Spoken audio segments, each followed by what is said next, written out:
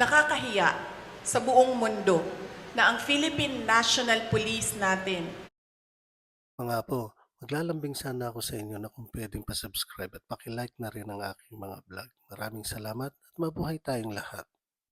Natanong na po yung isang tanong ko, ito na lang po. Sabi po ng PNP, wala silang information sa pagbabanta sa inyong buhay. Inireport nyo lang po ba ito officially, ngunit nasabi nyo hindi ito pinansin ng mga kinauukulan?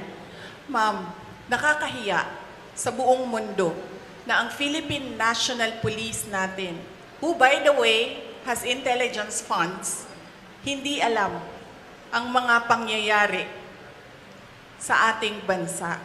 Nakakahiya na meron tayong police na hindi nila alam ang threats sa Vice President. Nakakahiya yan, ma'am. Huwag sila magsasalita ng ganyan kasi nagpapakita yan ng incompetence ng Philippine National Police. Dapat dyan, kung ako po ay Presidente, Sekretary ng DILG, Chief ng PNP, ang sagot dyan ay, let us sit down and investigate the alleged threats so that we will know if these are true or not. Yan ang tanong. Ayan ang sagot dapat ng tamang tao.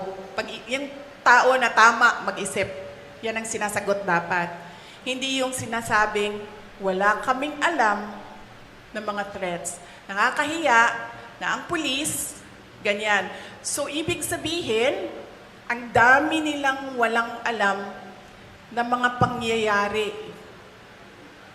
So, kaya pala, nagkanya-kanya na ang mga kriminal dahil walang alam ang kapulisan.